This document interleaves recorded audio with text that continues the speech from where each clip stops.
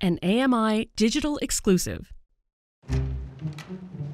We first met Riley in season 1. Pizza is one of the greatest wonders of food that mankind has ever tasted.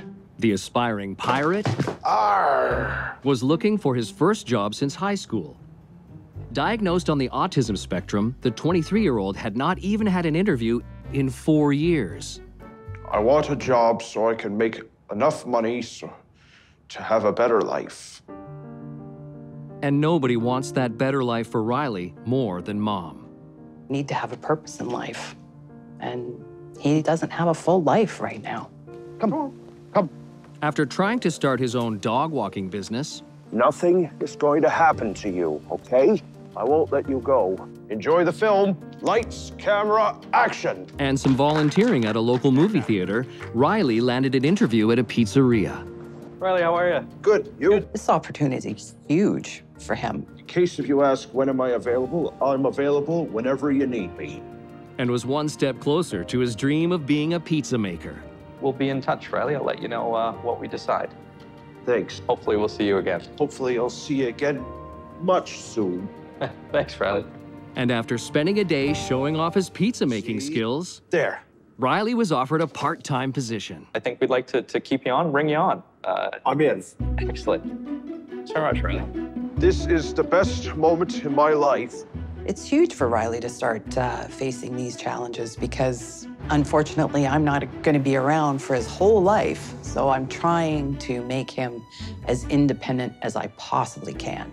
How did you like making pizza in a professional kitchen? Really good. Pizza is one of the greatest wonders of food that mankind has ever tasted.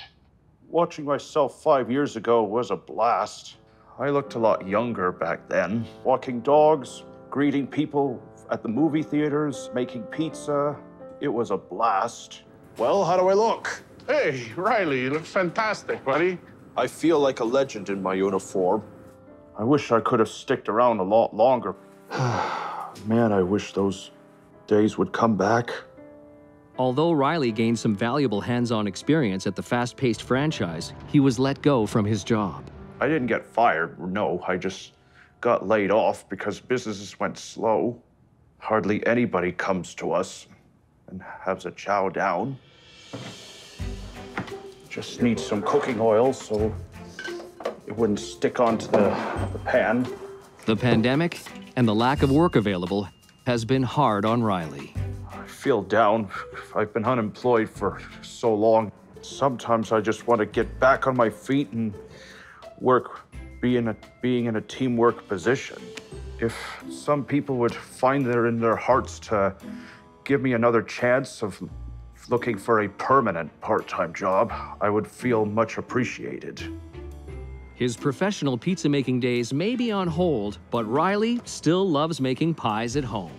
No matter what, it won't stop me from making pizza for me and my family. I'm flattening the dough out. I'm trying to make it big so that it'll fit on the edges of the pan. I'm not sure what my current greatest passion would be. Now, we put cheese strings on the edges of the pizza. He's a happy person. He's very caring. He's brutally honest. I mean, you never have to wonder what he's thinking about something because he will definitely tell you. And usually in a pretty funny way. And now for the final touch, bacon bits. I call this the Big Bacon Bonanza Part 2. Well, I feel like doing some food services, and I want to continue serving people. And there you have it, cooked to perfection. Riley Sackett, you have outdone yourself. Riley has matured a lot over the last few years. I think before it was the idea of getting a job was what he was all about, you know, because that was the natural progression. But now I think that he really, really wants it. He's really ready for it. And I think it will be good for him. I think it will enrich his life. And to help Riley take that next important step, Mom Joanne has enlisted the help of autism specialist Jonathan Alderson. Well, it's so nice to be here, Joanne. I know Riley's been looking for a job. What do you think is going on a little bit? Like, what's your sense of what needs to happen? It would be important for him if he not only got help with the job interview and the resume, but once he gets a job, enabling him to keep that job. I think there's often too much emphasis and really pressure put on the employee. But if we could also support employers and signal to them, hey, it's also important for you to understand about diversity, to understand about making accommodations, then we could have much more success and have a much more inclusive work environment. If the employer themselves, the supervisor, the manager, the owner, if they haven't had some kind of education and training on people with special needs and accommodations and that kind of stuff, often that's where the tension happens and where the failure starts to break down, right? And I think you've seen that. It's one thing to get a job, and it's quite another thing to keep that job. Well, thank you, Joanne. It's great chatting with you. I look forward to meeting Riley now. Okay. I'm really excited to see what happens next for Riley.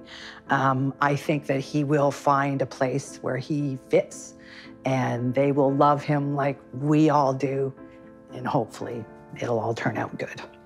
Hey, hi, Riley. John? How you doing? Fine. And you? Yeah, hey, I'm well, thanks. I thought we could have a chat about where you're at in your employment journey. We've been through a year or two of COVID, and you've been at home a lot. How are things going in your job search? Pretty well. I had a job interview at Swiss Chalet. Yeah? For a part-time dishwasher. Okay. Do you know if you've got the job yet, or? Not yet. It's a bit competitive right now, but one of the things you want to do is exactly what you are, which is applying and trying, and even if you don't get the job, try for the next one. So that's excellent that you're really out there looking. Thank you. Yeah. Have you been doing any skill development, like maybe taking an extra course or some training or anything like that? Not entirely, but before the pandemic, I did some dog walking at the animal shelter. Oh, good. Excellent. Okay. So something like that you can put on your resume as some experience, right? Yes, that's on my resume right now as a volunteer there. Excellent. While you're looking for a job, you can really use this interim time to hone your skills, to build your resume. I think that would also help his own confidence and would keep him just in the flow of a daily routine. Having to get up and go to that volunteer experience is getting up, getting dressed, having breakfast, being somewhere on time. So his work skills would be sharp for when he does get a job. It's been a pleasure to meet you and to chat with you. I really do think that you have so much to offer an employer. If you keep learning and you keep training and you keep getting experience like we talked about to build that resume, yes, then I think you're going to have success. I think I shall. I think you shall too. He's a special guy, and he just needs to find his place. I wish for Riley that he will meet an employer who will see him the way that I do. Because he has a lot to contribute.